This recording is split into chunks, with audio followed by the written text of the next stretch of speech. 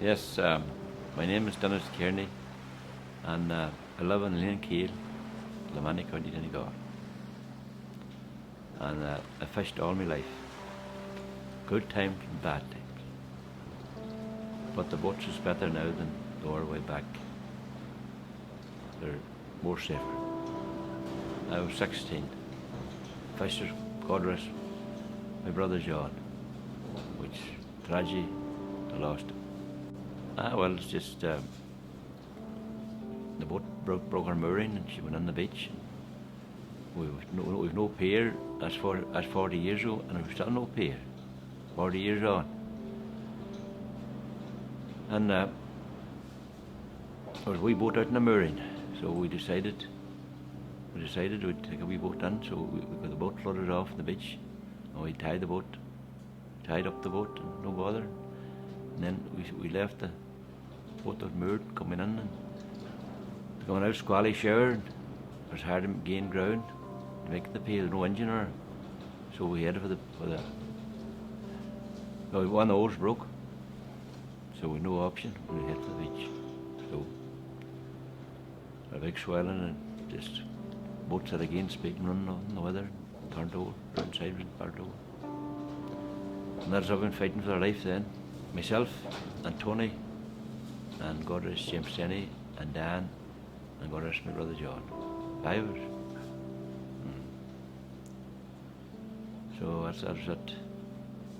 God rest Dan, Denny and James was lost. See, they were never bodies never found. And God rest John was hit the head of the boat, so he was knocked out and then smothered, so his body was washed in. Tony was a life jacket and he made it know as me. I had no life jacket, so I swam in. That's it.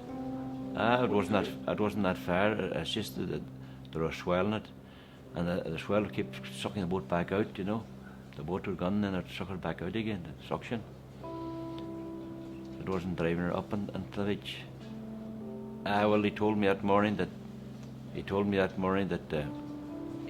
the Kenny Hospital, and I didn't know. You know, that's why he wanted to take the boat way up to Brookran. He wanted to move the boat up. He was taking her up. She'd get blood or something, you know.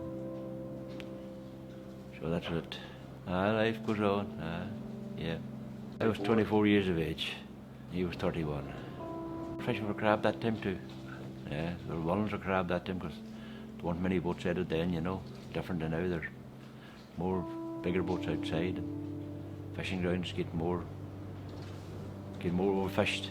Well, I had doubts, alright, but then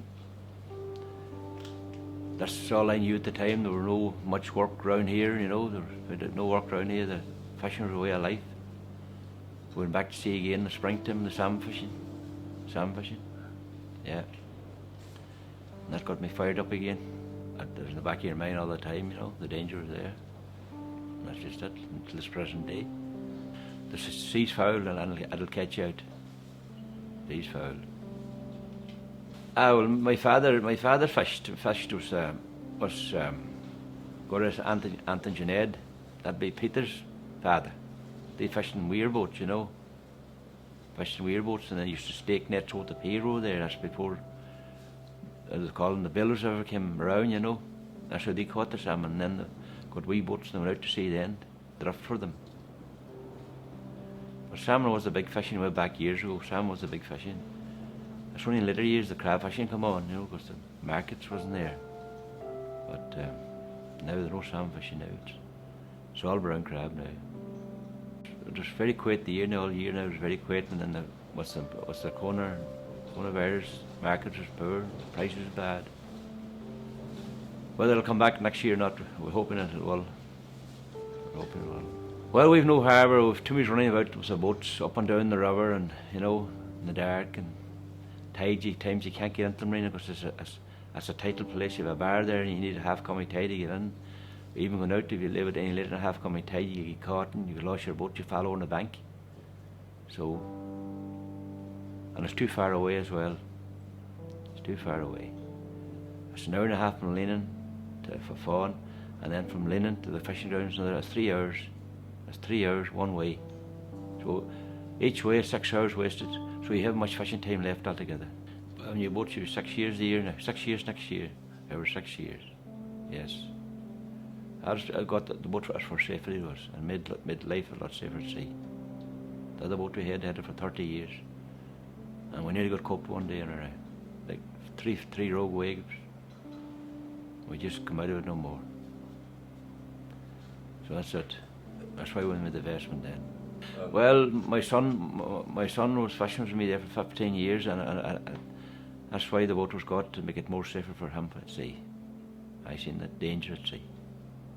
So it's up to him now if he wants to carry on the tradition and the fishing with the boat. Well, he loves the fishing, but as getting a crew, he's my right-hand man on the deck. He does most of the work, heavy, hard work. So when he goes into the wilderness, it's going to be hard to get men to do that kind of work. And if you don't get men, you'll just have to tie the boat up or sell her. And that's just the way it's going to be. Because they're handy money we made now in shore, easy money.